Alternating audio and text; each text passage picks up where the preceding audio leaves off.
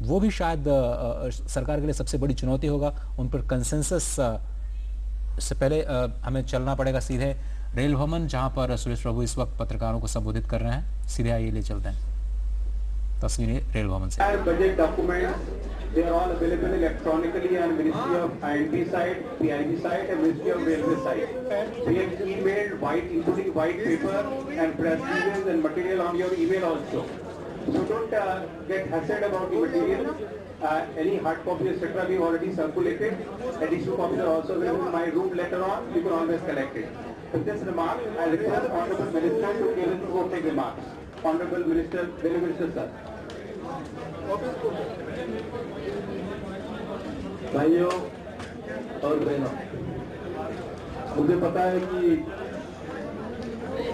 Rail budget आज parliament में शायद मैंने पेश किया, शायद मैंने ही पेश किया, लेकिन वो बजट पेश करने के पीछे बहुत सारे लोगों की मेहनत थी। उसमें मेरे मंत्रालय में रहने वाले मेरे साथ में बैठे हुए लोग भी हैं, कुछ यहाँ बैठे नहीं है वो भी लोग हैं, यहाँ पर नीचे बैठे हुए भी लोग हैं, और उसके साथ साथ आप सब लोग भी हैं।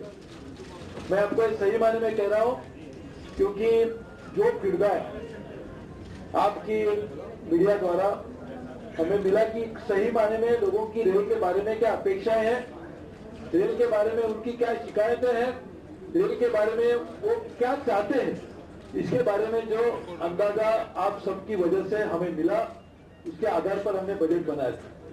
और इसके लिए सबसे पहले मैं इन सब लोगों को धन्यवाद देता हूं, जिनमें आप प्रमुख हैं, जिन्होंने बजट बनाने में हमारा सहयोग किया। वैसे देखा जाए तो रेल का बजट ये रेल के लिए होना चाहिए।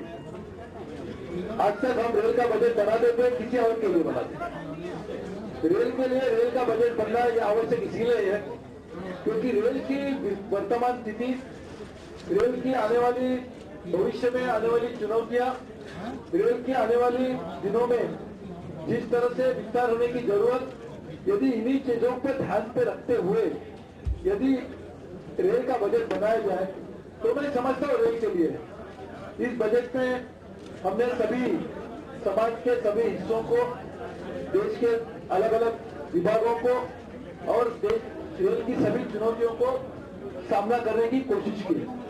मैं आपको कुछ छोटी छोटी बातें बताना चाहता हूं जो आपको आपने पढ़ी भी होगी लेकिन आपको ख्याल में आएगी। एक तो जो सामान्य व्यक्ति देश में रहता है, सफर करता है, इसके बहुत कम अपेक्षा है।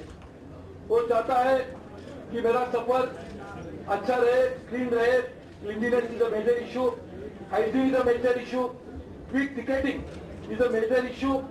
ये सभी चीजों के ऊपर हमने इस बजट में बड़े पैमाने पे कोशिश की है कि उनकी समस्याएं किस तरह से हल की जाए।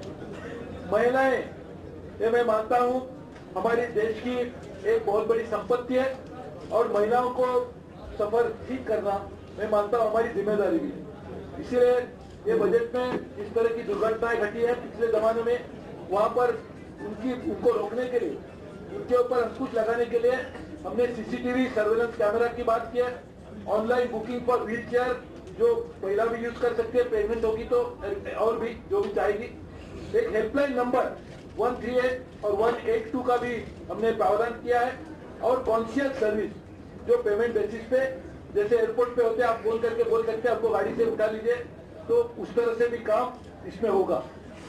हमें एक बात का खेद हो रहा है बहुत सालों से कि हमारे जो एल्डरली पर्सन है, क्योंकि मैं भी एल्डरली, उसके लिए मैं उसको ज्यादा खेद हो रहा है, तो ये जो एल्डरली पर्सन है उनके लिए और जो फिजिकली चैलेंज है, मेंटली चैलेंज है, ऐसे लोगों के लिए हमने आज तक कुछ ज्यादा उनके लिए मेहनत की। तो ये आज हम एल्डरली और सीनियर सिटीजन की पहली बात कर रहा हूँ, हमने उनके लिए इंक्रीज कोटा किया है।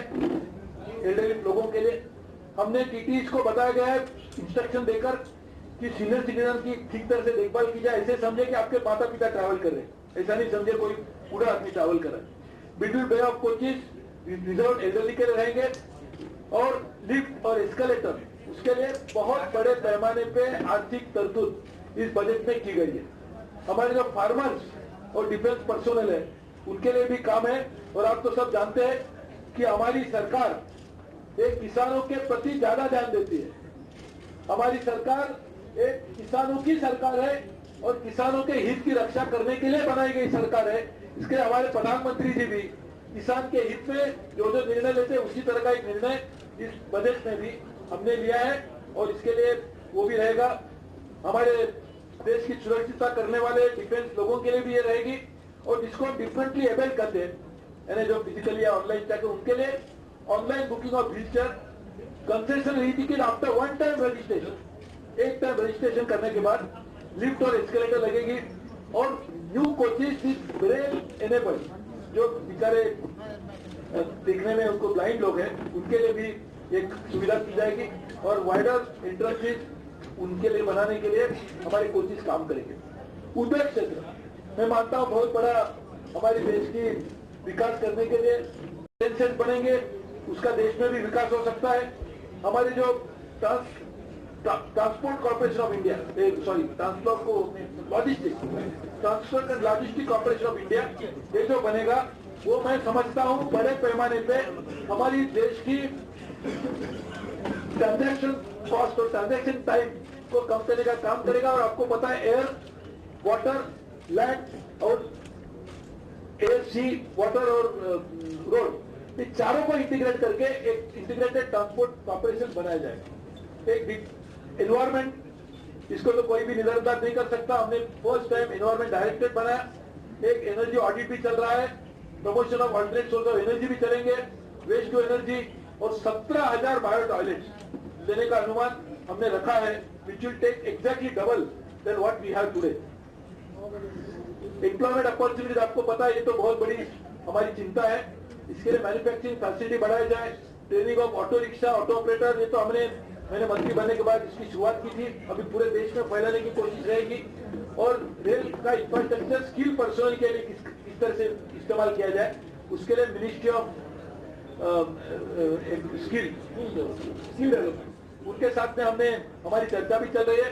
हमारे प्रधानमंत्री जी का एक बहुत बड़ा एक प्रोग्राम है और सेल्फ हेल्प ग्रुप और वुमेन जो सामान बनाते हैं उनको देने के लिए हमने कोकड़ेल में इसकी शुरुआत भी कर दी अपने वेबसाइट के ऊपर, उसके अलग अलग स्थानों के ऊपर। तुम्हारा तो बहुत बड़ी एक उपलब्धि होगी। टूरिज्म को भी देने के लिए प्रस्ताव किया गया। सेफ्टी भी एक बड़े पैमाने पे, आपको ये सुन के अच्छी लगेगा कि 3,438 लेवल क्रॉसिंग एलिमिनेट करने के लिए 6,581 करोड़ का प्रावधान किया गया है। आपके बहुत सारे जो एक्शंस होते हैं वो इससे रिलेटेड है और इसरो को भी लेकर हमने काम करने की कोशिश की। साथ साथ में आपको इस बात की खुशी होगी कि बड़े पैमाने पे ऊपर हम लोग अभी इंफ्रास्ट्रक्चर क्रिएट करने की कोशिश करेंगे। उसके लिए प्लान बजट 1 लाख करोड़ से 1 लाख करोड़ तक बढ़ाया गया है। इलेक्ट्रिफिकेशन के लिए 1330% हाइक दी गई है हमारे स्टेट के साथ में। ये तो मैं मानता हूँ एक पहले ही देश में इस तरह का प्रयास किया गया है कि पूरे स्टेट के लिए, प्रोजेक्ट के लिए नहीं, पूरे स्टेट के लिए हम रेल के साथ में एक ज्वाइंट वेंचर बनाएंगे। वो ज्वाइंट वेंचर कंपनी अपने स्टेट में जो प्रोजेक्ट लेने हैं उसकी प्राथमिकता तय करेगी और वो तय करने के बाद क्योंकि ये कंपनी है वो अपने रिसोर्सेज को ज्यादा तरह से लिवरेज भी कर पाएगी। यानी एक साथ इंप्लीमेंट करने के लिए रेल के जो प्रोजेक्ट है उसमें स्टेट भी सहयोगी होंगे। साथ में हमारी जो पब्लिक सेक्टर अंडरटेकिंग है, इरकॉन या राइट, इस तरह के ये सभी लोग भी अपने इम्प्लीमेंटेशन के काम में लग जाए। उनकी बैलेंस शीट भी है, उनके पास धन भी है, हम उनको इक्विटी दे सकते हैं, उसके आधार पर वो लोन भी ले सकते हैं। यानी बड़े पैमाने पे प्रोजेक्ट इम्प्लीमेंटेशन करने की एक नई ताकत हम तैयार कर रहे हैं। Coal ministry, oil and gas ministry, cement ministry, इन्होंने भी हमारे साथ प्रिंसिपल एग्रीमेंट किया है कि उनके पैसे से जहां लाइन लाने की आवश्यकता है वहां वो निवेश करेंगे, हम लाइन बनाएंगे। उससे हमारे निवेश बिना हमारे आगे आने वाले दिनों में फ्रेट का अर्निंग बढ़ेगा। साथ में डबलिंग, ट्रिपलिंग और 4 लाइनिंग, ये बहुत ही लो हैंगिंग फ्रूट है। उसको यदि हम करते हैं तो बहुत कम समय में, जहां पर आज कंजेशन है, जिसके कारण आज ट्रेन लेट हो रही है, जिसके कारण फ्रेट मूवमेंट स्लो डाउन हो रही है, उसको सबको एक बहुत बड़े पैमाने पे एडवांस का बहुत बड़ी प्रायोरिटी मिलेगी, प्राथमिकता मिलेगी, तो उसको भी लेने के लिए हम पूरी तरह से कोशिश में लगे हुए हैं। तो मुझे लगता है कि ये जो पूरा बजट है वो कॉमन मैन के ऊपर है, एम्प्लॉयमेंट के लिए है, वुमेन के लिए है, साथ में इंडस्ट्री को पार्टनर बनाकर हमारे देश में काम करने वाले अलग अलग एंटरप्रेन्योरशिप को बढ़ावा देने के लिए और पूरी तरह से जैसे हमने कहा है कि जो डिस्प्यूट रिड्रेसल मैकेनिज्म है, हमारे कुछ लोग यहाँ बैठे जो इसके बारे में और जानकारी लेना चाहेंगे कि यदि रेल में हमारी पीपीपी मॉडल बनती है तो उसके आधार पर भी कोई डिस्प्यूट बने जाते हैं, तो डिस्प्यूट कौन तय करेगा? यदि मैं मंत्री हूं तो मैं ही तय करूंगा और मैं ही पॉलिसी तय करूंगा, तो उसका कोई मतलब नहीं होता। जज and jury cannot be at the same time. तो इसलिए हमने तय किया कि डिस्प्यूट रिड्रेसल मैकेनिज्म के लिए भी एक इंडिपेंडेंट रेगुलेटरी मैकेनिज्म बनाया जाएगा। साथ साथ में वो भी तय करेंगे कि किस तरह से टैरिफ का स्ट्रक्चर होना चाहिए, और मैं मानता हूं इसके कारण बड़े पैमाने पे हमारे साथ में पार्टनरशिप भी करने की जो लोगों की इच्छा है वो भी बढ़ेगी। इसमें प्राइवेट फ्रेट टर्मिनल है, शेड्स है, ऐसे काफी इलाकों में भी बढ़ोतरी आ सकती है। ऐसे बहुत सारे कारण को लेकर हमने रेल बजट बनाया था। मैंने शुरू में कहा कि ये रेलवे का बजट है, लेकिन रेलवे के लिए ही है। रेलवे को ठीक करने के लिए हमने बजट में पूरी कोशिश की है। तो इसके लिए ये बजट ना किसी दल के लिए ना किसी और कारण के लिए, लेकिन रेल को ठीक कराने के लिए। तो रेल ठीक होगी, देश ठीक होगा। देश ठीक करने के लिए रेल की बहुत बड़ी प्राथमिकता है, लेकिन उसके लिए रेल को पहले मजबूत बनाना होगा। कमजोर रेल देश को मजबूत नहीं कर सकती। तो ये सभी चीजों को ध्यान में रखते हुए मैं आपको दोबारा धन्यवाद देता हूँ कि आपने बहुत ही साथ हमारा अच्छा दिया, और मैं मानता हूँ एक दफे साथी बन जाते हैं तो साथ छोड़ी नहीं जा सकती। इसके लिए हमारा सफर यही ऐसा चलते रहेगा। आगे आने वाले दिनों में भी इस तरह का ही आपसे समर्थन मिलेगा, ऐसा मैं विश्वास रखता हूँ। और ये बजट एक सिर्फ शुरुआत है। बजट के कारण अभी मैंने चेयरमैन रेलवे बोर्ड को बता रहा था कि अभी रेल का बजट खत्म हो गया 1:30 बजे, अभी आपकी जिम्मेदारी शुरू हो गई है। तो मैं समझता हूँ कि पूरी तरह से इसको इम्प्लीमेंट करने के लिए हम लोग अभी लगे रहेंगे, और रेल को ठीक करने की जो बहुत जरूरत देश के हित में है वो ध्यान में रखते हुए पूरी तरह से हमारी कोशिश जारी रहेगी। मेरे साथी मंत्री मनोज सिन्हा जी बात करेंगे, हमारे चेयरमैन रेलवे बोर्ड काम करेंगे। मेरे को 5-10 मिनट के बाद और कुछ प्रोग्राम में जाना है। एक तो अच्छी बात है, अच्छा पहला बैठो।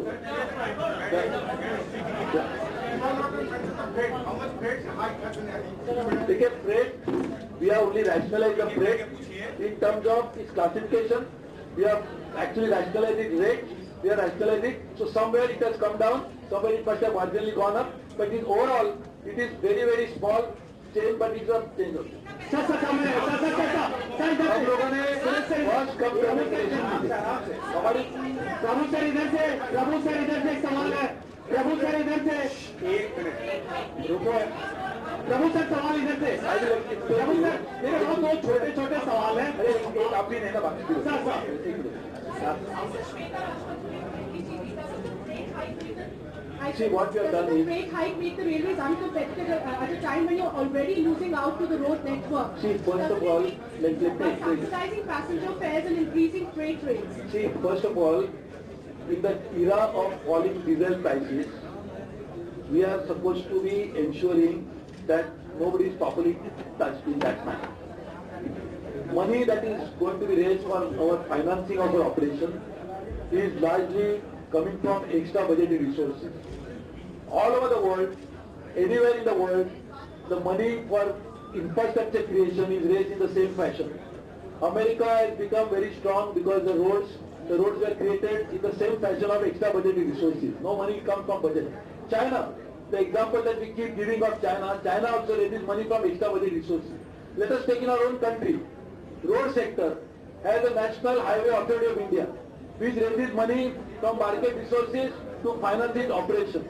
You take shipping sector, which raises money financing it from same sector. Take power sector, where are the Minister of Power? So nowhere in the world you are thinking that where is the money going to come from. The same question was asked to me when I was the power minister, where the money is going to come from. We got $150 billion in power sector after the one act was passed, Electricity Act 2003. So when we create infrastructure, we cannot just depend on only one source, that is gross budgetary support. The gross budgetary support also gets money. Where do they get money? Mr. Finance Minister also raises money from the market. And market money that he raises, and he is going to raise substantially higher money every year after year because of past legacy, then what that money goes from? The money is also coming from the same market. So is there anything rather than relying on gross budgetary support, where the finance minister himself is going to raise money from the market. Why not we also do the same thing and try to bring in better discipline for railways, try to create new infrastructure for railway. That is one. Number two, there are leveraging principles possible, and I will explain to you how. If we have a public sector undertaking with a net worth of 15,000 crores, you can leverage that balance sheet of that PSU for undertaking a project on commercial basis 3 to 4 times. So the amount of money that you will get from that will be far in excess of what you could ever imagine of getting from gross budgetary support. So therefore, money will be used for capital expenditure from such sources which are going to do it. I don't want to name an institution. An Indian very large institution, government, by control by the government, has already committed 20,000 crores for the current year itself to be used for this purpose. Another institution has committed 10,000 crores. We are talking to World Bank, we are talking to Asian Development Bank, we are talking to International Finance Corporation. All of them are aligned to our interest priorities, so money will be raised from that. So money is not a great issue that to be done with. What I was saying was, should we rely only on one single source, that is gross budgetary support all the time, and if the gross budgetary support doesn't come, then we should restrict our expansion program? That is what the railway has suffered from. Railway has suffered because we could not invest enough into the capacity addition, we could not invest enough into the capacity, and that's why railway has suffered. So that's what we are trying to do. Suresh sir एक सवाल इधर से, Suresh sir एक सवाल इधर से। Sir दो चीजें आपने अभी कहा कि किसान, प्रधानमंत्री किसानों के बारे में सोचते हैं, किसानों की हित के बारे में सोचते हैं। यूरिया के कीमतों में आपने फेड में 10% बढ़ाया और पल्सेस में और खाद्यान्न में लगता नहीं कि फैशंस को बढ़ावा करने से आम आदमी भी परेशान होगा और यूरिया के बढ़ने से किसान भी परेशान होंगे। फिर आप कैसे करते हैं किसानों की सरकार हित में सोचती है? 10% है, 10% इन बोथ कोल भी कोल वो 10% बढ़ा ऐसा नहीं है, उसका सिर्फ क्लासिफिकेशन ऑफ कमोडिटीज जो है, तो क्लासिफिकेशन ऑफ कमोडिटीज का जो रजिस्टर हमारे मेंबर टैक्स भी आपको बताएंगे कि वो हमेशा, ये आज की नई बात नहीं है, ये सालाना हर साल हमारे ट्रैफिक के जो अलग अलग कमोडिटीज को अलग अलग ट्रैफिक के बैंड में रखा जाता है। तो ट्रैफिक के बैंड को रिवाइजेशन हमेशा करते हैं, सिर्फ बजट के टाइम नहीं, बजट के बीच में भी होता है। तो लोगों का कहना था बजट के बीच में नहीं करिए, तो ये सिर्फ बैंड को ये रैशनलाइज करना ये कोई नई बात नहीं है, ये तो हमेशा ऑनगोइंग सीरीज और रेलवे का काम ही है, तो ये काम चलते रहेगा। और इसलिए मैं समझता हूँ कि जो भी इस तरह के है, तो आपकी राय क्या है? देखिए लोग ऐसा करें, आपकी राय है कि हमने पैसेंजर का किराया बढ़ाना चाहिए, ठीक है, तो दूसरे तरीके ग्रेन और यूरिया मतलब बहुत चीजें बढ़ा सकते हैं, ऑलरेडी सब्सिडी नहीं है, वो बहुत ही मार्जिनल। अरे लेकिन इस तरह के अरे बताइए सर,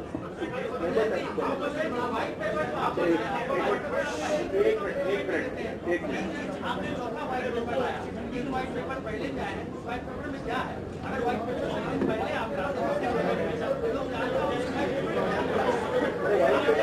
आपको सिर्फ व्हाइट पेपर नहीं पढ़ना है, व्हाइट पेपर के साथ साथ में बजट को भी पढ़ना है। जो व्हाइट पेपर में इश्यू हाईलाइट किए गए हैं, उसी इश्यू के ऊपर बजट में हमने एक्शन पॉइंट दिया है। तो white paper is not an isolation paper, तो आपने पढ़ना, white paper is always a white paper giving us status about today situation. Budget is an action plan which you have prepared. Sir गुरु साहब, अभी आपने आज पार्लियामेंट में कहा है कि पहले जो है रेल जो है हेलो अच्छा ब्रेक के ऊपर थोड़ा बताइए। मेंबर ट्रैफिक का एक्सप्लेन कर रहे हैं, बता रहे हैं मेंबर ट्रैफिक अजय शुक्ला जी। देखिए, ये जो आप लोग 10% की बात कर रहे हैं ना, अगर आप डॉक्यूमेंट्स को ठीक से पढ़ेंगे तो आपको पता चल जाएगा कि रैशनलाइजेशन का अर्थ क्या है। पहले हम लोगों का स्लैब सिस्टम था, अब यहाँ पे वो ओकेजन नहीं है कि मैं पूरा स्लैब सिस्टम आप लोगों को समझाऊं, इसलिए मैं कुछ एग्जाम्पल्स देके आपको बता देता हूँ, उससे आपका भ्रम हो जाएगा। देखिए, और मैं कमोडिटी वाइज चलूंगा, आपने एक कमोडिटी उठाई, मैं सारी कमोडिटी के बारे में आपको बताता हूँ। कोयला, पहले कोयला जो है, अगर मान लीजिए आप एक स्टेशन है कोरबा, जहाँ से बहुत लोडिंग होती है, गांधीनगर जाता है, पहले उसका किराया था, आज का किराया क्या है? 1 लाख रुपया कम हो रहा है। घेवड़ा रोड से राजकोट जाता था, 30,000 रुपया कम हो रहा है। स्टील ले लीजिए, बोकारो में स्टील बनता है, लुधियाना जाता है, 0.8% कम हो रहा है। बोकारो से अगर अमृतसर जाता है तो 4.5 लाख रुपया एक रेट का कम होता है, बढ़ता नहीं है। लाइम स्टोन जिससे कि जो है तमाम कमोडिटीज बनती हैं, सबसे ज्यादा लोडिंग का स्टेशन है जैसलमेर, वहां से सबसे डिस्टेंस जाता है राउरकेला। एक रेट का किराया होता है 5.5 लाख रुपया कम, ना कि ज्यादा। आप लोग इसको एक बार पढ़ लीजिए कि रैशनलाइजेशन का सबको बात को बोलने देना। तो मैं आपको एक बात समझिए कि फर्टिलाइजर के दाम में किसान के लिए कोई परिवर्तन नहीं होने वाला। संक्षेप में यह समझ लीजिए, भारत सरकार सब्सिडी देती है और जो किसानों को यूरिया मिलेगी जिस दाम में आज मिल रही है वही दाम उसमें 1 रुपए की ₹1 का भी बढ़ोतरी परिवर्तन नहीं है। अरे एक समझ लीजिए, देखिए हम लोग गलत फहमी कर रहे हैं। ये रैशनलाइजेशन में बहुत सारे दाम कम भी हो गए। पेट्रोल जो कि हर आम आदमी को जो है संबंधित होता है, HSD गांधीधाम से जम्मू तवी 6.5 लाख रुपया कम होता है एक दिन का किराया। इसलिए मैं कह रहा हूं, अगर आप चाहते हैं तो मैं घंटों बता सकता हूं आपको, लेकिन आप यहाँ पे सिर्फ एक मुद्दे को डिस्कस करने नहीं आए हैं। ओवरऑल मैंने बता दिया कि कुछ जगहों पे कम हुआ है, कुछ जगहों पे ज्यादा हुआ है। मोटा अरे मोटा एक मिनट, मोटा वो सब किताबों में है। मोटा मोटा ये समझ लीजिए, जो ज्यादा दूर के डिस्टेंसेस थे, जिनको टोटल किराया ज्यादा देना होता था, उनका कम करा गया है, जिससे टोटल हर आम आदमी पे कम हो। ये बात मोटी मोटी आप समझ लीजिए बस। बाकी रैशनलाइजेशन ये रैशनलाइजेशन का मतलब बढ़ाना बिल्कुल नहीं है। बहुत सारे चीजों के ऊपर कम भी किया गया है, जैसे उन्होंने बताया कितने बड़े बड़े मात्रा में कम किया गया है। और कुछ में वो जो रैशनलाइजेशन नहीं किया था उसकी वजह से जो एबरेशन थे पूरे सिस्टम में, वो एबरेशन कम करने के लिए ये काम किया गया। अच्छा एक मैं और आपको एक एग्जाम्पल के तौर पे, आप कहते हैं आम आदमी पे भार पड़ेगा, मैं पर किलो क्या भार पड़ेगा वो भी बता देता हूँ। चीनी 4 पैसा पर किलो, अगर इसको आप भार कहते हैं तो फिर मुझे कुछ नहीं कहना है। 4 पैसा पर किलो। एक मिनट सर, मेरा सवाल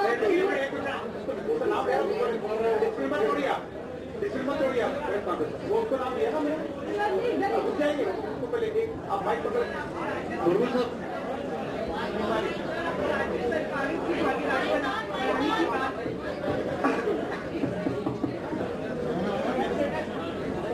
स्टेट गवर्नमेंट के साथ पार्टिसिपेशन बढ़ाने की बात की है, खासतौर से पहली बार SPV को इंट्रोड्यूस किया गया है।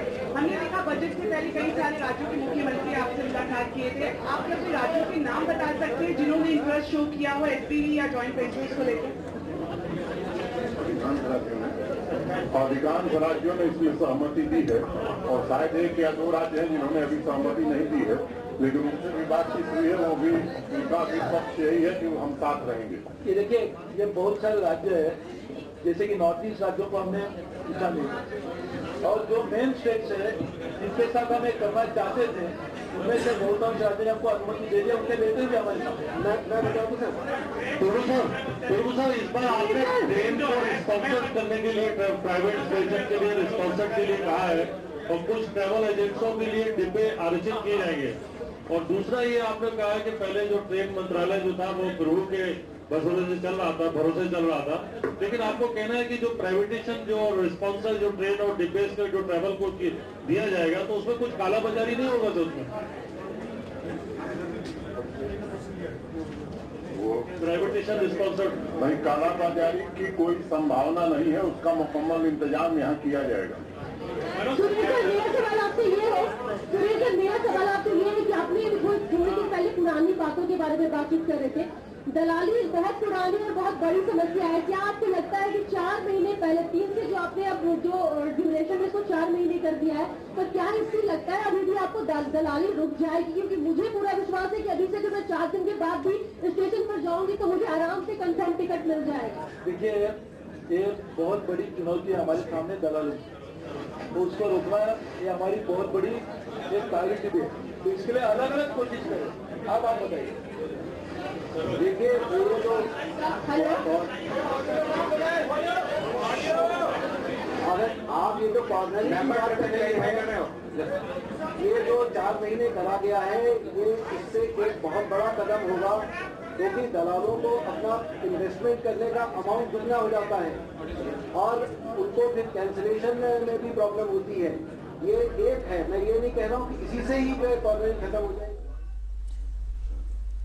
तो रेल भवन से आप सीधा प्रसारण देख रहे थे, जहां पर रेल मंत्री सुरेश प्रभु प्रेस संवाददाता सम्मेलन को संबोधित कर रहे थे। और प्रधानमंत्री नरेंद्र मोदी ने रेल बजट को देश के विकास को ध्यान में रखकर बनाया गया एक दृष्टि पत्र बताया है। प्रधानमंत्री ने कहा कि रेल बजट में देश के विकास के लिए सभी budget, and of course he highlighted that this was a people-centric budget, and he also mentioned very importantly about the financial discipline of the railways and how important that was, and how important it was to take it forward. Let's once again go back to the press conference that we had cut away from, and now let's listen in to the Railway Minister, Mr. Suresh Prabhu. What should we do?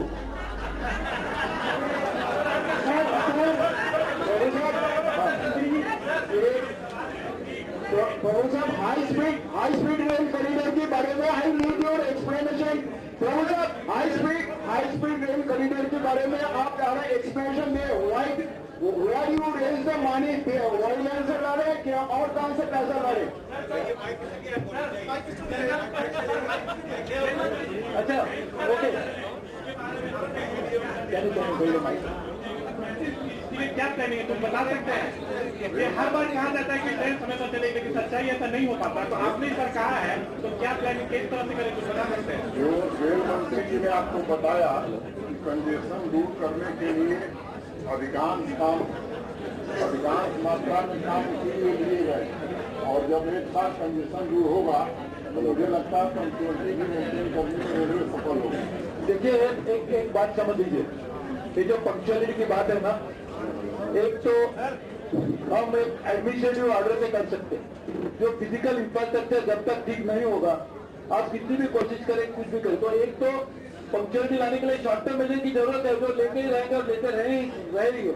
लेकिन साथ साथ में जब तक ये structural issues जो है उसको आप ठीक नहीं करेंगे, वो स्ट्रक्चरल इश्यूज के अंदर पंक्चुअलिटी नहीं आ पाएगी।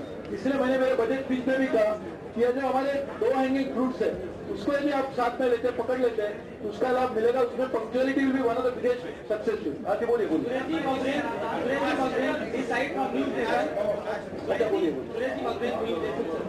एक लगातार सरकार का फोकस आया है कि ट्रेनों पे स्पीड दिया जाए। आपने बुलेट ट्रेन से लेकर और हाई स्पीड ट्रेन तक की चर्चा की है, 9 कॉरिडोर्स की भी चर्चा की है, लेकिन उसका न कोई टाइम पीरियड सामने आ पा रहा है, ना ही ये पता चल रहा है कि आखिरकार सरकार उसको कैसे इंप्लीमेंट करेगी। एक दिल्ली आगरा सेक्शन है, इसको लंबे समय से हम चला रहे हैं, लेकिन 9 महीने में वो ट्रेन भी नहीं उतर पाई है। तो उसका विजन जो है उसको क्लियरफाई किया जाता है।